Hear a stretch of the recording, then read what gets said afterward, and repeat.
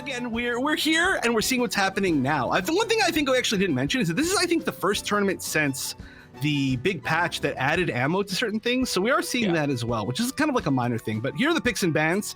I'm excited to see. I actually don't know which match are we on? Are we on the first or the second of the losers quarters? I'm trying to figure that out real quickly. But again, for those of you that are new to the stream, right now, this is our format. We do have a 7-map pool. You can see all 7 maps right down there. Each team gets to ban out one, and then a higher seed will be able to pick the first map that we play on. The second, next seed, of course, or the other team will pick the second map. And if it comes down to it, because this is a best of 3, we will have another ban phase along with the last map being picked up there. But right now, it does seem like Thermal Plant and Quarry are the 2 maps that have been banned out. So we'll see exactly which one. I think, we're going with the Powerpuff Girls match. Is it Powerpuff Girls? I want to make sure it's Powerpuff Girls. Yeah, I think it is. Powerpuff Girls versus the Judo Practitioners. So Thermal Plant and Quarry banned out in our first map. Hey, we're going back to Flak Fort. We're seeing a lot of Flak Fort. It seems to be kind of the popular, especially like as a first pick, I think, for the set, just to kind of feel your opponent out. It seems like a lot of people are liking Flak Fort. I'm a fan of Flak Fort. I do enjoy playing on Flak Fort for sure. So I get it. And I'm actually surprised that we've seen so many Thermal Plant bans, and yet we've seen a game on Thermal Plant. That's what's surprising to me. Yeah, definitely. We did get to see that one. I don't know if we're going to see as much of the domination maps. Again, we were definitely treated to that one. It was fairly one-sided, I believe, in that matchup for who was it? Was it the Gundam Unicorn Squad that ended up taking that one earlier on? And so we'll see if we get a little bit more of that. But for now, it seems like map 2 has been picked, and it's going to be Mountain R&D. So we do have a domination one coming in. That one's going to be interesting because we have been seeing some Deathball, and that is one of those maps, especially when it comes down to domination map types, where Deathball can remain fairly prevalent. Yes, especially in Mountain R&D. I'm not going to talk about it too much right now because it's not going to be the first match that we're going to see, but it is potentially the flankiest, deathballiest, I think, in my opinion, of any of the domination maps. Just the way that how that map is built, and you don't have the long run that you have on the space station. I can't remember what it's called because we don't have no. Oh my gosh, I cannot remember what it's called. Wait, I have it written down, because it's our tiebreaker technically. Lunar Comm Station. There we go. Why did I blank out on that name? It's because we haven't seen it the entire day, so it just left my brain. I was like, I don't even think about it. But yeah, it's definitely going to be a very chaotic game when we get to it. But first map, Flak Fort, very, very different than the chaos that we'll probably see on Mountain R&D Lab. And again, I like this as just a way to feel out your opponent's team, just see how they play, see how you're going to fare up against them. Yeah, either way, though, we're seeing teams give each other a lot of respect. And I don't know if it's respecting each other or just respecting the map, right? Because no one's holding out on the bridge. This isn't matchmaking where you can just kind of stay out there the entire time as like a gym sniper or as a Pale Rider. So it's been teams playing this one fairly conservatively, playing it on point, maintaining high ground control for your Pale Rider, whether it's here on top, on the left-hand side for them to play off the mini, or playing off on the right-hand side. I think right now teams are realizing the wraparound there to try and get up onto that left-hand side leaves the Pale Rider a little bit too exposed, and so teams are opting a little bit more for that left side hold.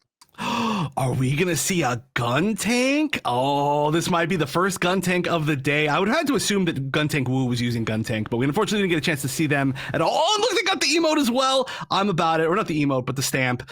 I love gun tank, big gun tank fan.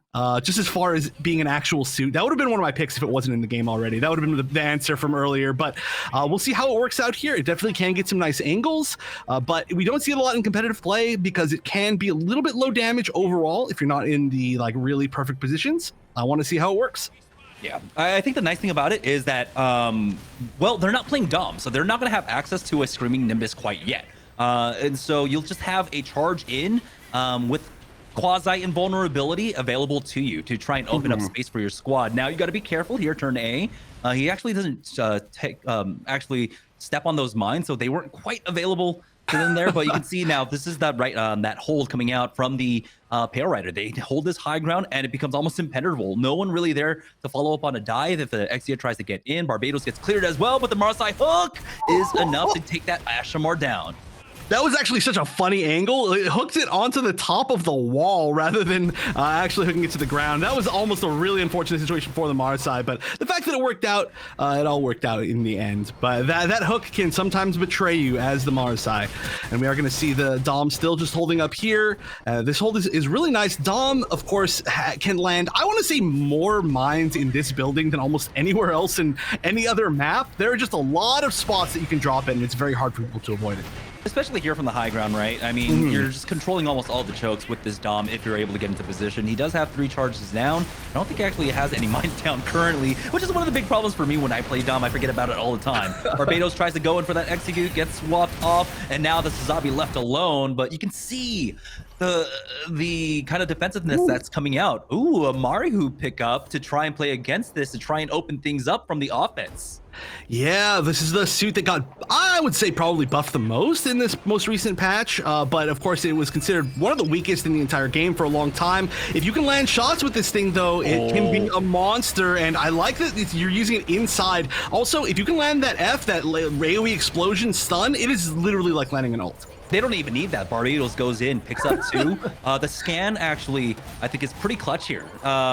It's not, you know, the same range, of course, as the Gym Sniper, but in this context, where basically a scan out from the Marhu will go ahead and pick up the entire team, that is so much value for them and allowed Barbados to isolate and really figure out what his main target's going to be. Now, they do end up losing out Gasman on that Mara side, but they do have that forward spawn. They're just kind of regrouping here, and they will be able to push up. 5 minutes and 19 seconds to go, but there's another pick coming out from that Pale Rider.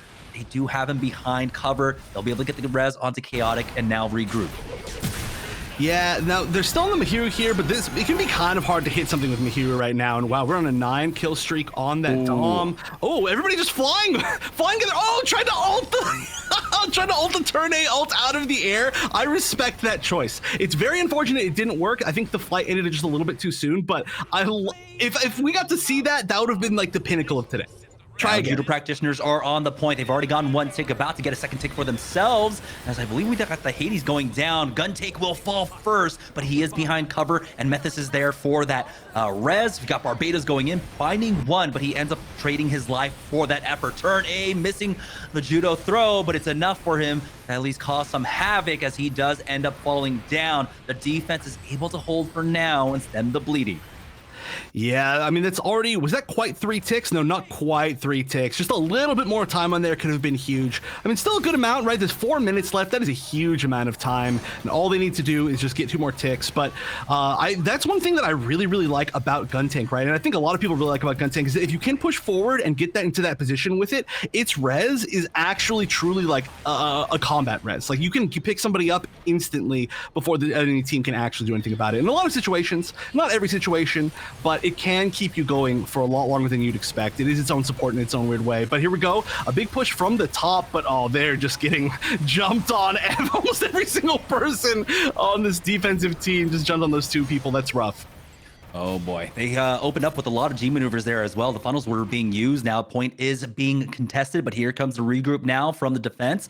We'll see if Sazabi can get into the action here, but he's so far away. The regroup for the offense is just not there. They've got, looks like 5 here, but they need the full team. Again, the Pale Rider has just come up, the stun out, but he will stay safe for now. 3 minutes and 11 seconds left. You just have to get another 2 ticks here to secure point B with some time as well. Yeah, the Barbados is in a very scary spot. If it can jump over and get a strong pick, wow, there are a lot of people up on that ledge right there. I don't know if they can take advantage of that in any particular way. I don't know if they have any big AoE damage. I mean, if the Barbados managed to sneak over there, they could get like a triple kill. It does look like it managed to pick up at least 1, picking up the Ashimar. The Ashimar gonna pick back up again, though. This is, however, a lot of picks on the side of Powerpuff Girls on offense. They could potentially take something here.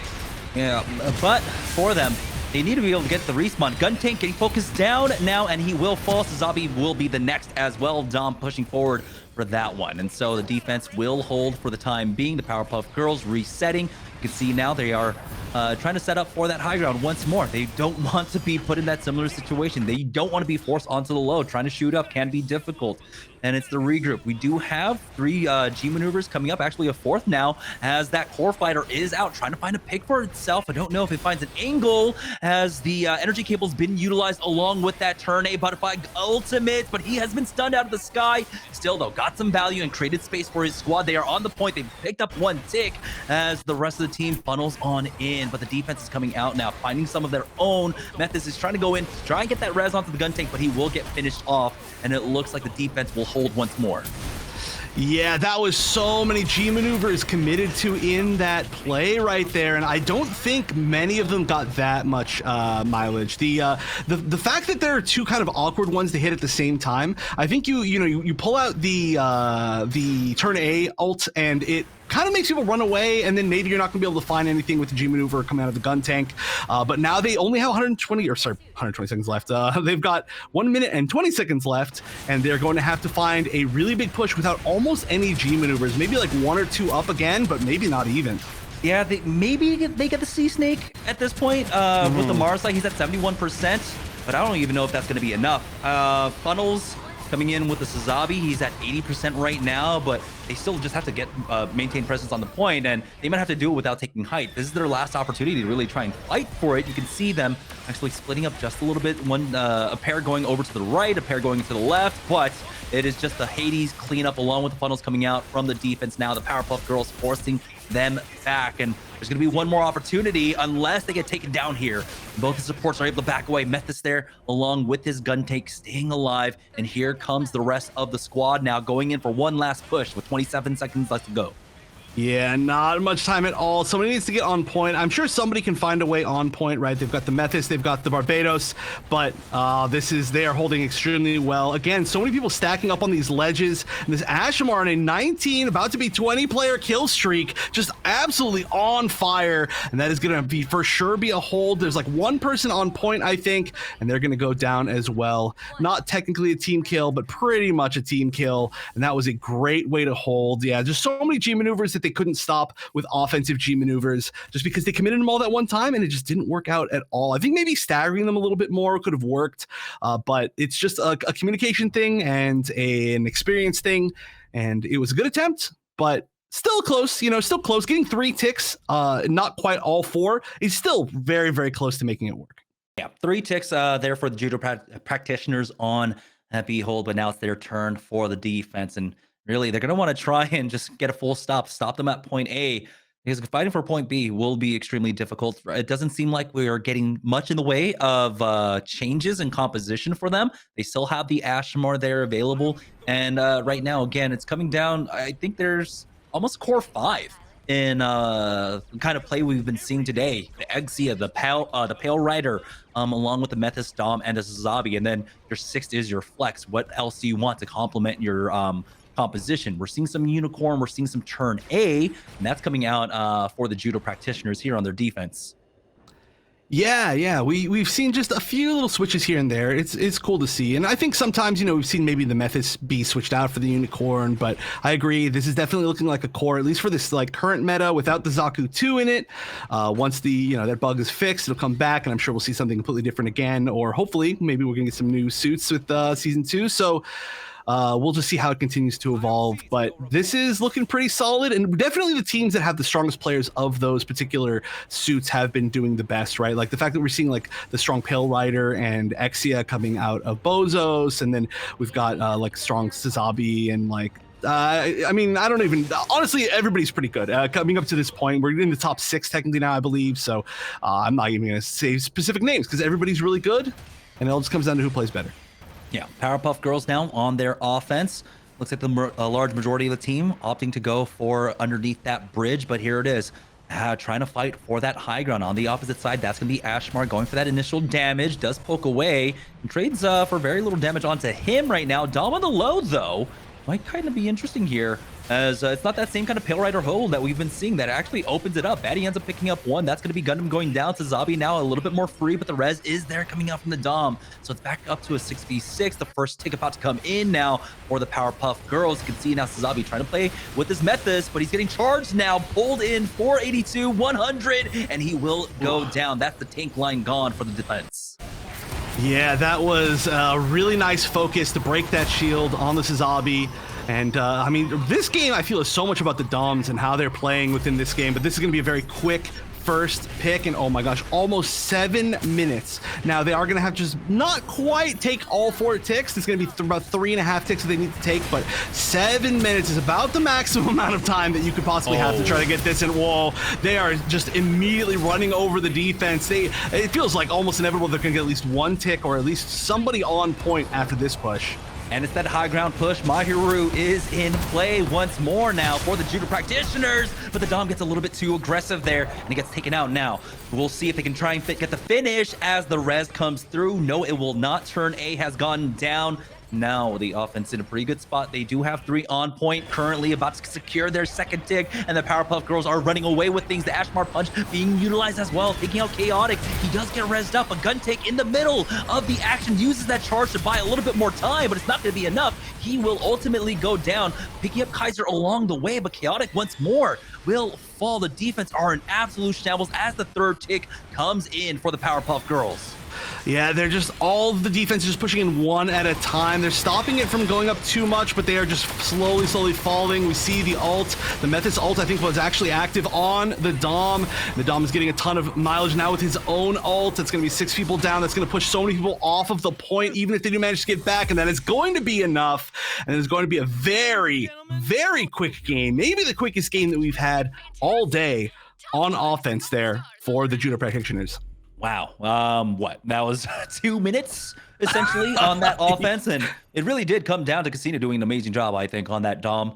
And we're seeing why he's so incredibly strong. That Screaming Nimbus is great for delaying, but it's also great for as an initiator, keeping yourself alive.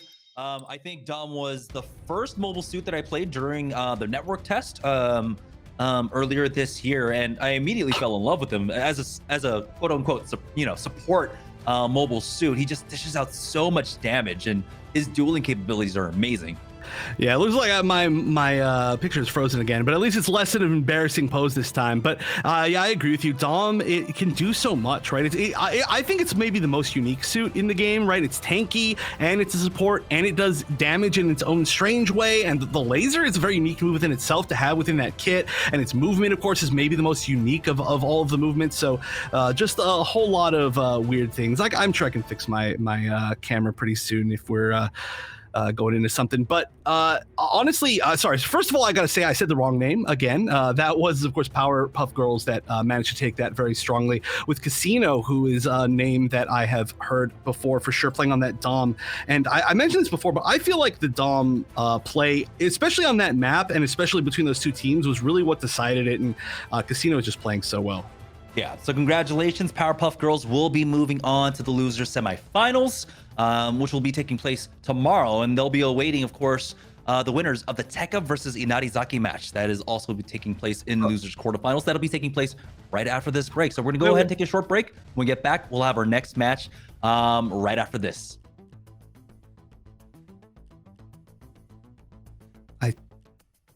Don't ever go to break. I think so. I gotta say, if we're not going to break, that was my point. I know. No. Okay, I'm gonna fix my mic. I can't. All right, I'm gonna fix this. Oh, that was so one-sided. I just thought it was like over. Okay, never mind. No break. It's all right. Caster's brain just broke. We're waiting on map number 2, and let me go back real quickly, check our logs. So map number 2 is actually going to be Mountain R&D. So that one is going to be interesting. Because we haven't seen Mountain R&D today quite yet, right? We did get to see one domination map, and that was on Missile Base. Mountain R&D plays a little bit differently. We do have 2 points, A and C, which are on the outside, and then B, which is on the underground portion of this one. This is another one of those maps where Pale Rider is going to be, I think, one of the most essential parts of your composition. Yeah, I was mentioning this before, but this is an extremely chaotic map, right? Like this is one of the maps where you can very easily get flanked and run over if you're not paying attention, especially when you're on, for example, point B. There's so many different ways to enter the room. There are technically 4 different like areas above you that people can enter from into the center. You can get hit from 4 different directions, technically 2 on either side, and then both of the main entrances. So there's just so many different ways that people can come from. And when you're on either of the other sides, people can come across from the literally opposite point in the entire game. They can come from there's just an infinite different number of places that you can approach from on pretty much all of these different points. So we do tend to see a lot of flankers, and we are actually, again, going to see the Zaku 2 ranged, which is a very strong unit potentially on this map if it can get into the right positions. We're going to be starting off with A, which is the not underground, one of the not underground ones. Oh boy, Fusion took a lot of damage there, but he does have the heals to pull on back. Ashmar with the other flyer here on the right, but again, they're not able to find openings. Gasman was forced back. Unruly on the Sazabi will go down, and that's going to be opening now for the Powerpuff Girls, with the point unlocking to take A easily. Another cleanup as well. So no option to try and contest this whatsoever. So instant control coming out from the Powerpuff Girls. You can see Ashmar doing an amazing job so far, just holding that high ground now. His Pale Rider has almost infinite space to play off of, and Gasman will go down once more. And I don't think he could play that Zaku 2 against the squad that is just ready for the flank. Yeah, if people are ready, then Zaku 2 can be tough. The nice thing, though, is that, of course, Zaku 2 does have the range. It does have the invincibility. It has the smoke canister, which can mean that you can just be a distraction. And so if everybody turns to shoot you, then your team can use that advantage to push in. But I don't know how practiced they are as this team. We haven't seen that happen throughout the matches that we've seen, or match game that we've seen from them so far. But we've got a pretty dominant first hold here for red team, where it's going to change in about 12 seconds. The big thing on domination is that when you're down to like this, you don't really want to push the point anymore, right? Because if you do a whole team fight and you get the point, you're going to get like 2 or 3 seconds to just make it happen. So you kind of want to just preemptively walk over to the B, which is what we were going to move over to next.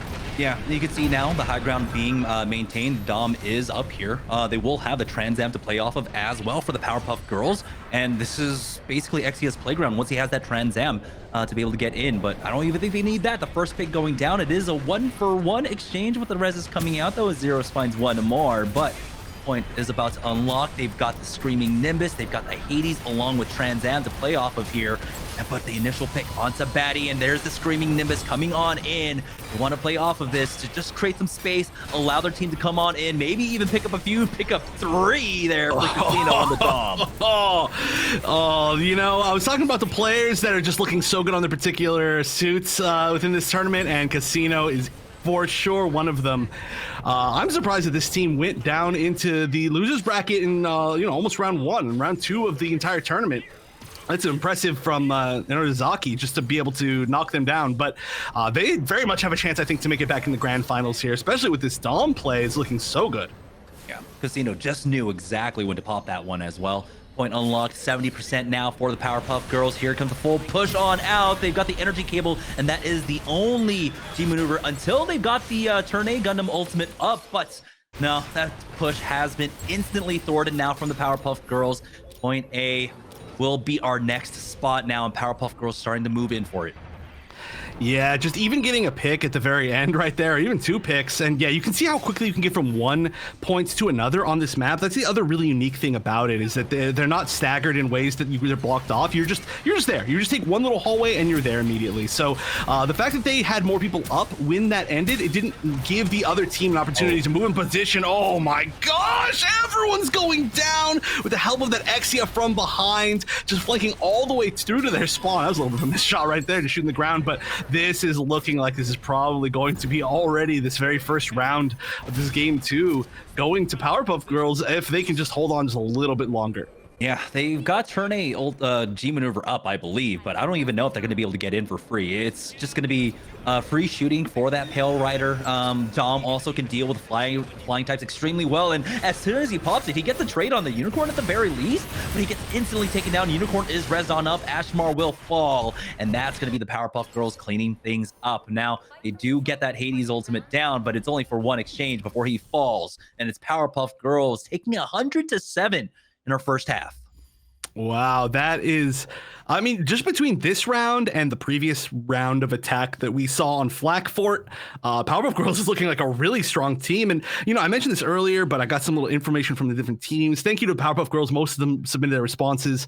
I got to say a shout out to myself. I'm old now for esports age, but Casino and Detta, they both said that they've played games from even like before Unreal Tournament 99. So they have been playing for a long time. These are OG shooter players, so I appreciate that. You know, represent the non-boomers, represent the boomers, please. No, I mean that makes sense for Casino, right? Yeah, especially if he's going to be on Dom. So you got the Rockets and you got like the LG, and so he's just connecting everything. So it makes so much sense. And I think when we first started playing, like my friends and I started playing, we're all just like, oh, okay, well, yeah, our one friend is gonna love Dom because you know he comes from Quake and he comes from Unreal and stuff like that. So it makes so much sense now.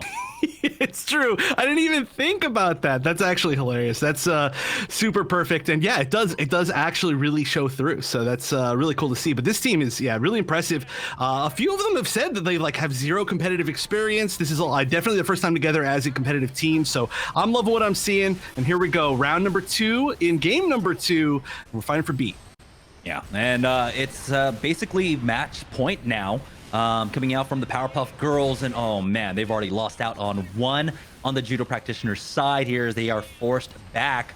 Once again, the Marasai does find one pick for themselves, but for the time being, it's still at a standstill. Now, they might have a slight advantage as they charge forward here with the turn A, and he does have the positioning here. They force them back. So their first opening now coming out from them, and I'm glad that, you know, we didn't see them start off with what was, I think, suboptimal with that Zaku 2 range going into this composition earlier on. This time, they're starting it off with a turn A. They're starting it off with the Marasai. They're finding the picks. And so this is going to help them stem the bleeding just a little bit. The Barbados finds a pick onto that Sazabi. They basically stopping the push before it even starts.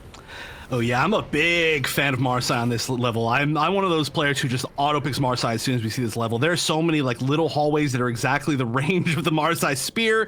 Either the ones on the side of this point, the ones up there. You know, if you're one level up, there's those little tiny hallways that you can just get people through, even when they're peeking.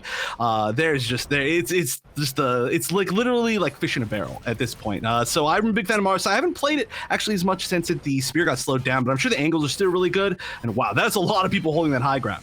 Yeah, and they were prepared for that. You can see the rotation out is not going to work out for the Powerpuff Girls, who were able to get basically full. It was 44 to 2% ultimately at the end there. But for the Powerpuff Girls now, just maintaining this high ground presence, this was the key to success in the first round here on Mountain R&D, and they are going for it once more. They are able to force them back, and point is unlocking. But they should have the full regroup on the other side for the Judo Practitioners, but again, it's about being able to break this defense. They haven't been able to do so quite yet, but they're challenging from the other side now. Almost got the point, but now there it is. The 2% coming in for them as they force back. You can see Barbados getting to the thick of things. Not really finding the pick there, though. Yeah, getting a little bit of damage, actually forcing a lot of self-damage on the just from the AoE explosions, which is kind of funny. Ooh, nice. That was definitely a good call out. To jump down there and challenge a Marasai, you definitely have to have that level of information, otherwise you just might get speared. But that is a really nice nice position to hold, having 3 people at least up there. You really want the high grounds, as usual. You can do some sneaky little things out of the sides, but if you have the high ground, it is very hard to push these points. And, holding pretty far forward, actually.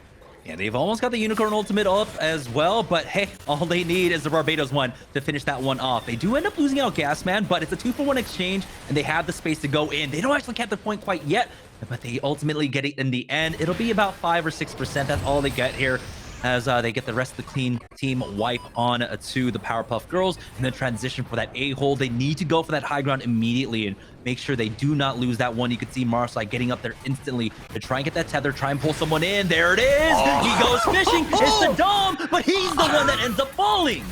That was such a good reaction from the other team, but we are going to see now the turn A ult being used very offensively. A lot of people really close to their spawn, and it did do quite a bit of damage and stopped them from being able to move forward. That's going to chunk the team a lot. They probably don't really want to walk back either. That's an awkward spot, but it didn't really confirm any kills either, so I'm not sure if it's exactly what you wanted, but you really need to get a lot of mileage out of that turn A ult, otherwise it just charges too slow. Oh, but we're going to see the Unicorn ult, and now immediately wasted. That is rough. Yeah, the screaming Nimbus comes in from the other side, and you can see why. Again, Dom, such a huge MVP in all of these games right now. Turn A has fallen as well as they're trying to go for that retake, or at least try to stall for as long as possible. And it's going to be 37% ticking up now for the Powerpuff Girls to try and even things out. This one looking a lot more competitive than we had in round number 1. Might actually send us to round number 3 with the way that the Judo practitioners have come back here in round number 2. Yeah, there is very much the possibility. I mean, the fact that they already have a lead is huge when it's looked so dominant. Wow. The tracking with the laser so good, too. I mean, that's it's really interesting that this is, I guess, any sort of like champion hero that you would call in any game that you have to track and use a projectile at the same time. But if you're good at both of them, that's pretty sick. Yeah, very few characters like that for now, but it does look like Powerpuff Girls might have the advantage in this fight. Point will be unlocking in 12 more seconds. Gasman will not go without his squad. He's getting the backup of Gasman here to try and challenge that height at the very least. And it'd be important that turn A, if you can get some free shots off from that high ground platform, would be huge. But you can see they still have to deal with this. He goes in for that charge, finds one, and they instantly take out Batty. Huge coordination play coming out now from the Judo practitioners here, who do find one, but they need to find a little bit more. The Hades is there.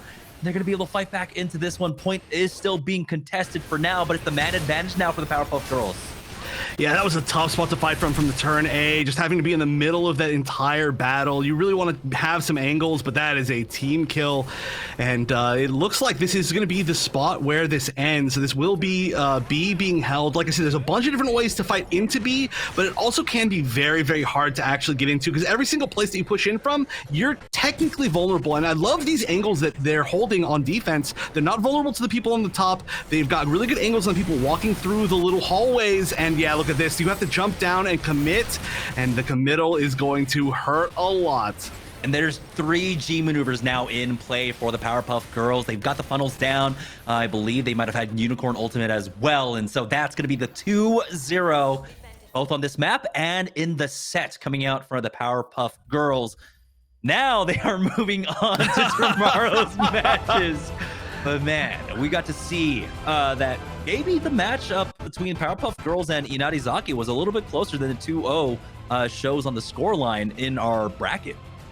Yeah, they are looking extremely strong. And, I said this earlier, I love seeing the teams that make the losers bracket runs because that means that there's something special with them, right? And that team for sure has something special. They are easily capable of making grand finals, I would say. There are a lot of teams that are very capable of taking this entire tournament. And, I mean, hey, it's the teams that we have left. So I'm really glad to see it. And I'm glad that each team's bringing something different to the table as far as, like, how they're playing, their kind of flex picks sometimes, the actual maps that they choose to play, right? The fact that we've seen some domination maps that have actually been picked, especially like in the losers bracket, it's been really interesting. And some teams, they just choose not to try to play that game type at all. It's just very interesting, and we're seeing different things, despite the fact that we are seeing, like you said, this core of a certain set of good suits. It's very, very different play styles, and honestly, I have no idea what's going to happen within this next, few matches. I think we've only got one more match today, but of course, all the matches tomorrow are super up in the air for me. That's right. So Powerpuff Girls will be moving on to the loser semifinals, which will be taking place tomorrow. But we figure out who their opponent is tonight. We have one more match remaining here for the Breakout Series Halloween Havoc, and that's going to be Tekka versus Inarizaki in the losers quarterfinals. We're going to take a short break. We're going to get that match set up, and when we get back, we'll have one more final match for the evening. So don't go anywhere, guys. We'll be right back right after this.